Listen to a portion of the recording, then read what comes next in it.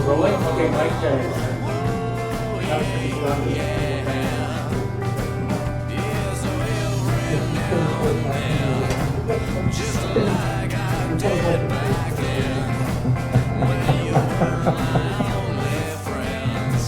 Do legends get a discount on the coffee?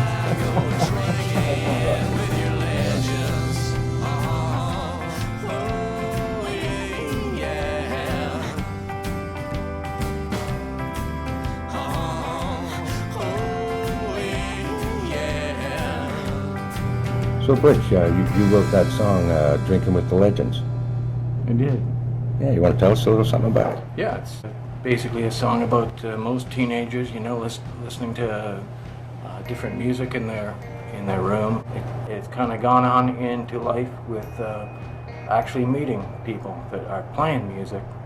And, plenty of legends around town, people I got to meet, so it actually carries some weight for me, you know, carries some heart. Cool. Yeah. Cool. When did you write it? I wrote that song in about 1999. And just as an aside, were you drinking that night? I was actually kind of sober that night. All right. But Drinking it's more coffee? Well, I might have been drinking coffee. It's more of a metaphor for the drug of choice, which was music, you know. Oh, right. Yeah, having I some like friends in that. Cool. I'll drink to that. All right. How about some more coffee, proprietor?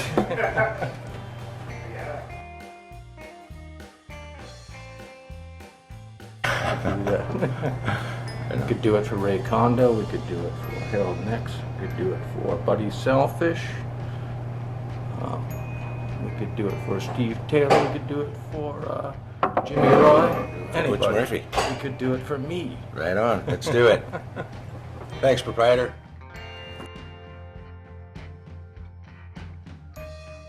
Hey, I think I see Rob over there. Hey, Rob, come on, join us for coffee. Hey. See you guys at the Railway Cafe.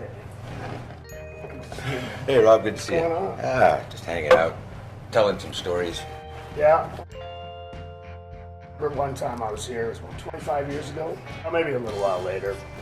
I was up front, Courtney Love was here, sitting there. She had a great coat on, and I also had a great coat on. And I think I had my dad's beaver trim coat. She had this great plaid coat, and we traded coats that night.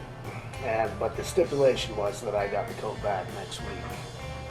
I came back next week, and she did. She still got my coat, I think. Let's go get her. Let's go. All Let's right. get out of here. I didn't really write any songs about clothing, but I wrote this song called Pristine, which mentions silk pajamas. Yeah, Right? I know that song. It's a great Right. song. They were the only clothing I could get when I was stuck in this gig in Ottawa because my clothing had been stolen, so I Really? could get back to the place I was staying. Wow. So they were silk pajamas, That's all you can wear. and man, they were comfortable.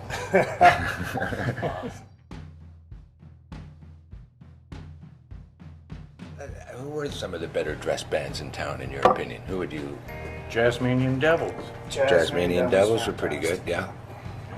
Yeah, JDs were good. Let's see, who else put in? You guys, none of your bands looking good. I always liked the Harold Nix band because the dress that they had was not like, it was like Herb Tarlek suits or whatever. Like Rennie would wear these big The giant overcoats. suits. Yeah. You know, very Yeah. out of sync with which would be hip at the time, but really crazy. Had Yeah, nothing really to good do with look. the 1950s. Yeah. Absolutely stunning.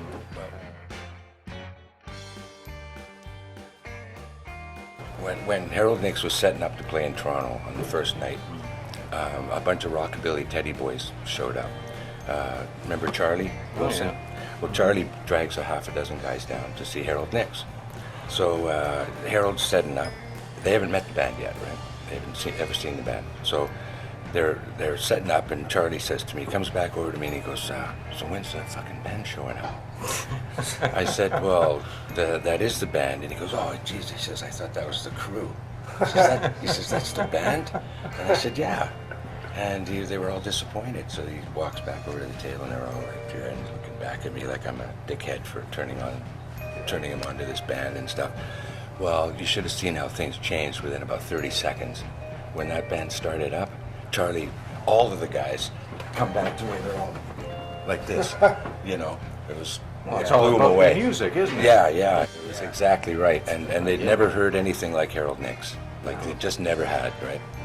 By the end of the week, every guitar player in town is there with their Walkmans sitting on tables.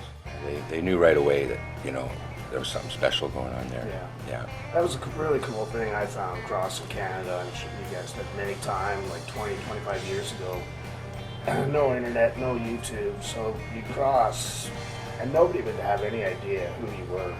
You know, they might get a phone call from somebody, friend in Vancouver, phone friend in Calgary. You're like, you got to go. So and so's coming. Go check them out, and you probably, you know, you wouldn't be played on the radio, so they wouldn't have heard you. Maybe CBC once in a while. A little bit. If you're lucky, you know, a university radio station. Mostly. Yeah. So maybe they'd heard a song or two, but for the most part, they'd have no idea who you were coming into town. And I love that. I remember going into like Saskatoon. I'd never been there. Pulling up with the Hard Rock Miners and like, you know, tired and hungry, but then just having the place got packed. Sold like $500 in merch, which we were like going, what the hell? Like, you know, selling $20 in merch was a big night. Selling $500 in merch and just the place going wild. It was just so fantastic. Little gigs like that. Yeah. It's the beauty of Canada.